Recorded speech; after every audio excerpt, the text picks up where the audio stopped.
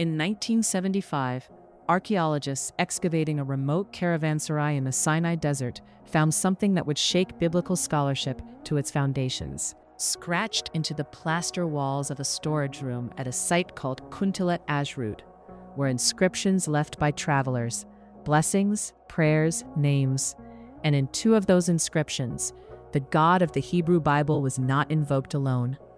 The blessing was addressed to Yahweh and his Asherah. His Asherah, the god of monotheism paired with a goddess. The inscription dates to around 800 BCE, a time the biblical texts treat as the era of the great prophets, the era of the battle to purify Israelite worship.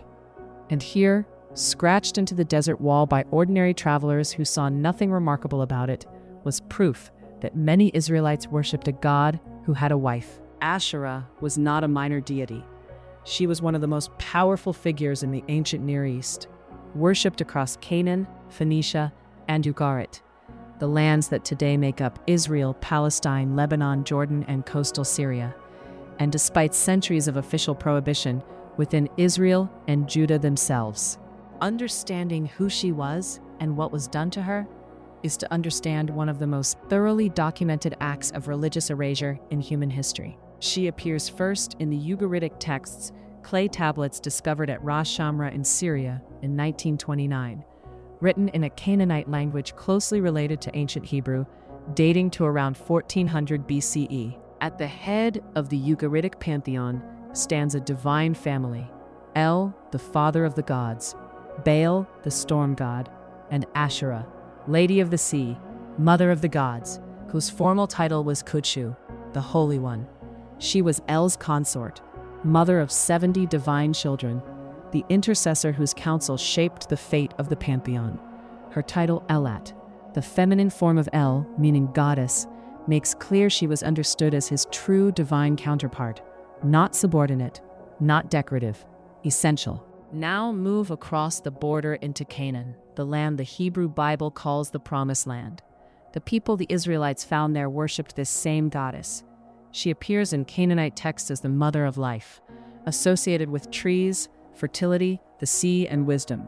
In Canaan, she was represented by a wooden pole or stylized tree, the Asherah pole, planted beside altars, present in sacred groves, a living symbol of divine feminine presence in the landscape.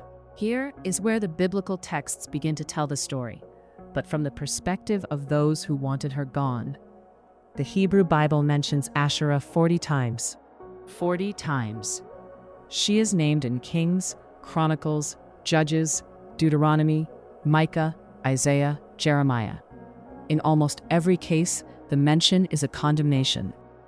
The reforming kings, Hezekiah, Josiah, are praised specifically for cutting down the Asherah poles, burning them, grinding to dust. The Deuteronomistic historians, the writers who shaped the final form of much of the Hebrew Bible during and after the Babylonian exile, built their entire theological framework around the demand for exclusive devotion to Yahweh alone. But those 40 condemnations reveal something. They reveal that the worship did not stop. Hezekiah removed the Asherah poles. Josiah removed them again. Josiah's reforms, described in 2 Kings 23, with extraordinary violence, destroying cult objects, defiling high places, burning the bones of priests on their own altars, were necessary precisely because the worship had returned. You do not need to destroy something that has already vanished. The ferocity of the suppression is the measure of the vitality of what was being suppressed. The archaeological record confirms this. The Kuntillet Ajrud inscriptions are not alone. A second inscription from Hirbet el Kom, a tomb site in the Judean hills, again blesses the dead man by Yahweh and his Asherah. Neither inscription was found in a temple or palace. They were found in ordinary places, a traveler's rest stop, a family tomb, written by people for whom Yahweh and Asherah belonged together as naturally as a god and a goddess had always belonged together. The figurines excavated across Israel and Judah deepen the picture. Hundreds of small terracotta figures, women with prominent breasts, arms supporting their chests in an ancient gesture of offering, have been found at domestic sites across the region, including in Jerusalem itself. Called Judean pillar figurines by archaeologists, they appear in family homes, ordinary rooms, domestic altars, dated to the 8th and 7th centuries BCE, the very era the biblical reformers were fighting hardest to establish exclusive Yahweh worship. William Dever, whose decades of fieldwork across Israel produced his landmark work on popular Israelite religion, argues these figurines represent Asherah in her domestic form, the goddess of the household, present in the most intimate spaces of ordinary life. What was she to the people who kept her in their homes? The mother, the protector, the one who watched over birth and childhood, over fertility and survival. In a world of high infant mortality and dangerous childbirth, a goddess whose domain was the protection of mothers and children was not a luxury, she was a necessity. The biblical text itself contains traces of this devotion. In Jeremiah 7:44, the women of Judah argue back when the prophet condemns their offerings to the Queen of Heaven, another name under which Asherah was worshipped. They tell Jeremiah they made cakes and poured libations to her with their husband's knowledge and their king's approval, and that since they stopped, everything has gone wrong. These are not passive recipients of religious instruction. These are women defending their devotion with reason and history. The suppression, when it came in its most organized form, was a political project as much as a religious one.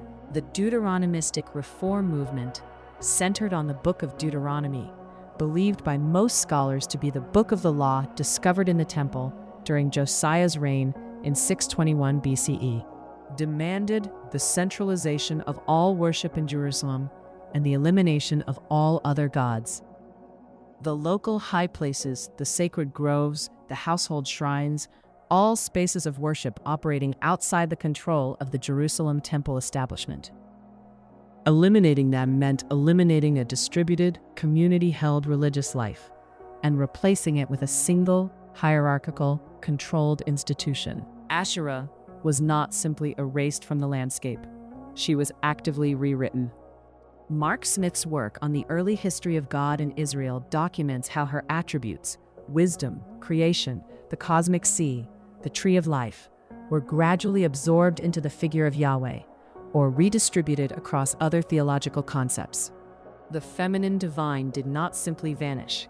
It was broken apart, and its pieces were hidden inside the tradition that destroyed it. The figure of wisdom in Proverbs, Chokmah, who was present at creation, who delights in the inhabited world, who calls to humanity with a mother's voice, carries the unmistakable shape of the goddess who had been officially removed. What was lost was not only a goddess, it was a vision of the divine that included the feminine as co-equal and essential. Yahweh without his Asherah is a god without a consort, a cosmos without its feminine principle, a theology that must find some other way to account for the qualities, compassion, nurture, intercessory love that the goddess had embodied. The people who scratched their blessings into the walls at Kuntillet Ajrud did not know they were living through a turning point. They were travelers resting on a desert road, calling on the powers they trusted to see them safely through. They called on Yahweh. They called on his Asherah. They wrote it plainly, without apology, because for them, it required none. That inscription survived in the desert for 2,500 years, waiting to be found. It is evidence, not of heresy, of what people actually believed. Before the reformers came, before the scribes rewrote the record, before the goddess was ground to dust and scattered, she was there, she was real, and ordinary people loved her.